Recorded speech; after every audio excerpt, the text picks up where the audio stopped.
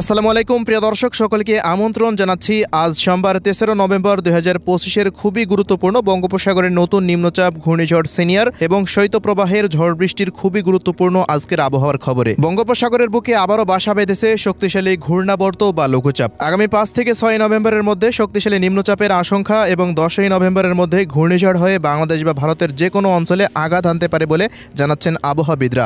অন্যদিকে সারা দেশ থেকে কমতে শুরু করে দিয়েছে লঘুচাপের প্রভাব, কেটে গেছে মেঘমালা। তবুও দেশের দুই বিভাগে টানা ভারী বৃষ্টিপাতের আশঙ্কার কথা জানিয়েছেন আবহাওয়াবিদরা। তো প্রিয় দর্শক, পরবর্তী ২৪ ঘন্টা বাংলাদেশ, ভারতের আসাম, মেঘালয়, ত্রিপুরা ও মিজোরাম রাজ্যের কোন কোন জেলাগুলিতে আবহাওয়া কেমন থাকতে পারে, প্রত্যেকটা জেলার বিস্তারিত আবহাওয়া আপডেট তুলে ধরবো। কে কোন জেলা থেকে দেখছেন কমেন্ট করে জানিয়ে দিন। প্রতিনিয়ত আবহাওয়ার খবর পেতে আমাদের ইউটিউব চ্যানেলটিকে সাবস্ক্রাইব করে রাখুন। এবার জেনে নিন এক নজরে। প্রিয় দর্শক, প্রত্যেক দিনের মতো আমরা সরাসরি এ পর্যায়ে চলে আসলাম মেঘলা মোডে। আমরা শুরুতে এই মুহূর্তে দেখে নেব আজ সারাদিন এবং আগামীকাল এবং আগামী এক সপ্তাহ সারা দেশে আকাশে মেঘের পরিস্থিতি কেমন থাকতে পারে সে আপডেট দেখে নেব। এর পরবর্তীতে একটু জানিয়ে দেব বঙ্গোপসাগরের নতুন ঘূর্ণিঝড়ের ব্যাপারে এবং এর পরবর্তী সময় বৃষ্টিপাতের খবরগুলো ধাপে ধাপে জানিয়ে দেব। তো আমরা এই মুহূর্তে মেঘলা মোডে রয়েছি। দেখতে পাচ্ছি আজ এই মুহূর্তে থেকেই ঢাকা বিভাগের জেলাগুলিতে আকাশে কিছুটা মেঘের উপস্থিতি রয়েছে, তবে এই মেঘের দ্বারা তেমন কোনো বৃষ্টিপাতের আজকে আশঙ্কা নেই বললেই চলে। এদিকে রাজশাহী এবং রংপুর বিভাগের জেলাগুলিতেও আকাশটা অস্থায়ীভাবে আংশিক মেঘলা নিয়ে রয়েছে। ভারী বৃষ্টিবাহী মেঘের আনাগোনা রয়েছে সিলেট বিভাগ এবং চট্টগ্রাম বিভাগে। আজকে এই দুই বিভাগে বৃষ্টি বা বজ্রসহ বৃষ্টিপাতের আশঙ্কা থাকছে। অন্যদিকে আজ বরিশাল বিভাগ এবং খুলনা বিভাগ, এই দুই বিভাগের আকাশে মেঘের উপস্থিতি অনেকটাই কম থাকার সম্ভাবনা দেখা যাচ্ছে। লঘুচাপের যে প্রভাব ছিল সেটা কিন্তু অনেকটাই কমে এসেছে দেশ থেকে। ভারতের পশ্চিমবঙ্গ, আসাম, মেঘালয় রাজ্যের দিকেও মেঘের পরিস্থিতি আস্তে আস্তে অনেকটাই কমে আসতে পারে। পরবর্তী ২৪ ঘন্টার মধ্যে কিন্তু আবহাওয়া পরিস্থিতির উন্নতি হতে পারে। এদিকে বঙ্গোপসাগরের বুকে তৈরি হচ্ছে নতুন একটি লঘুচাপ। তার প্রভাব কিন্তু আগামী ৫ই নভেম্বর থেকে চট্টগ্রাম এবং বরিশাল বিভাগের উপকূলীয় অঞ্চলগুলোতে পড়তে পারে। আমরা দেখতে পাচ্ছি শক্তিশালী লঘুচাপটি উপকূলের খুব কাছাকাছি এলাকায় অবস্থান করতে পারে। তবে এর থেকে কি শক্তিশালী কোনো ঘূর্ণিঝড় তৈরি হবে কিনা তা এখন পর্যন্ত নিশ্চিতভাবে বলা যাচ্ছে না। তো দর্শক, আমরা একটু কথা না বাড়িয়ে ঘূর্ণিঝড়ের আপডেটে চলে যাচ্ছি। তো এই মুহূর্তের যে পরিস্থিতি রয়েছে তা দেখতে পাচ্ছি আগামী ৬ তারিখ নাগাদ একটি শক্তিশালী নিম্নচাপ তৈরি হতে পারে। তবে আজকের পরিস্থিতি অনুযায়ী অর্থাৎ ৩ তারিখ দেখতে পাচ্ছি এই মুহূর্তে উপকূলের কাছাকাছি এলাকায় একটি আন্দামান সাগরের নিকট একটি লঘুচাপ তৈরি হয়েছে, যা বাতাসের গতিবেগ রয়েছে ঘন্টায় প্রায় ৩৪ কিলোমিটার মতো।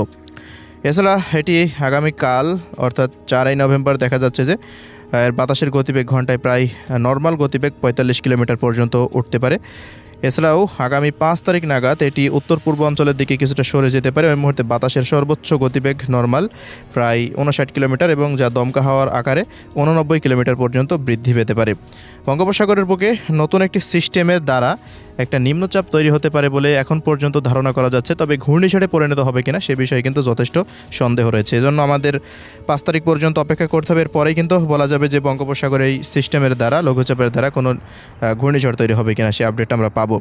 তো প্রিয় দর্শক, এ পর্যায়ে চলে আসলাম বৃষ্টিপাতের খবরে। আজকে রংপুর, রাজশাহী, ঢাকা, খুলনা এদিকে বরিশাল বিভাগে তেমন কোনো বৃষ্টিপাতের আশঙ্কা দেখতে পাচ্ছি না। বৃষ্টিপাতের আপডেটে মডেল থেকে দেখা যাচ্ছে যে আজকে শুধুমাত্র চট্টগ্রাম বিভাগের পাহাড়ি অঞ্চলগুলোতে কিছুটা বৃষ্টিপাত হতে পারে বিক্ষিপ্ত মানের। এছাড়াও সিলেট বিভাগের সিলেট, সুনামগঞ্জ, মৌলভীবাজার, হবিগঞ্জের বিভিন্ন অঞ্চলের ওপর দিয়ে অস্থায়ীভাবে দমকা হাওয়া সহ হালকা থেকে মাঝারি মানের বৃষ্টি বা বজ্রসহ বৃষ্টিপাত হতে পারে এমনই আশঙ্কা রয়েছে, যে আপডেট আমরা মেঘলা মোড় থেকে দেখলাম। এছাড়া আগামীকাল হতে দেখা যাচ্ছে যে আকাশটা মেঘলা নিয়ে থাকলেও তেমন কোনো বৃষ্টিপাতের আশঙ্কা নেই খুলনা, বরিশাল, ঢাকা, সিলেট, ময়মনসিংহ এই অঞ্চলগুলোতে, রাজশাহী বিভাগেও। তবে ভারতের পশ্চিমবঙ্গের দিকে কিছুটা মেঘলা আকাশ নিয়ে থাকার কারণে বৃষ্টিপাতের আশঙ্কা রয়েছে।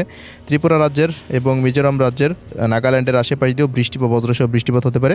চট্টগ্রাম বিভাগে বৃষ্টিপাতের প্রবণতা অনেকটাই বৃদ্ধি পেতে পারে বলে এই মুহূর্তে বৃষ্টিবাহী মোড় থেকে দেখা যাচ্ছে। এছাড়া যদি আমরা আরও পরবর্তী সময়ের দিকে অগ্রসর হই অর্থাৎ ৫ তারিখের দিকেও দেখা যাচ্ছে একটি শক্তিশালী লঘুচাপটা বা নিম্নচাপ বা ঘূর্ণিঝড় যেটাই হোক না কেন সেটা খুব উপকূলের কাছাকাছি এলাকায় অবস্থান করতে পারে। ওই মুহূর্তে বরিশাল, খুলনা, ঢাকা, ভারতের পশ্চিমবঙ্গ, আসাম, মেঘালয়, ত্রিপুরা রাজ্যের অধিকাংশ স্থানে কিন্তু এর ইফেক্ট পড়তে পারে।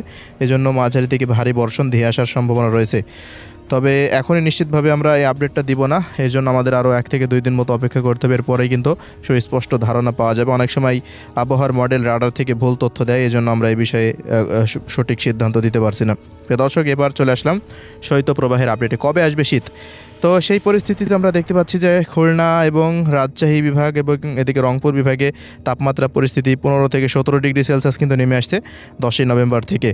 এছাড়া ঢাকা বিভাগে 18, এদিকে চট্টগ্রাম বিভাগে 21 ডিগ্রি সর্বনিম্ন তাপমাত্রা নেমে আসতে পারে। এবং ভারতের পশ্চিমবঙ্গ থেকে শুরু করে রাজশাহী, রংপুর এবং এদিকে খুলনা বিভাগের তাপমাত্রা পরিস্থিতি কিন্তু শীতের যে আমেজ সেটা কিন্তু শুরু হয়ে যেতে পারে 10 তারিখের পর হতে। তো এই ছিল আজকের আবহাওয়ার রিপোর্ট। আল্লাহ হাফেজ।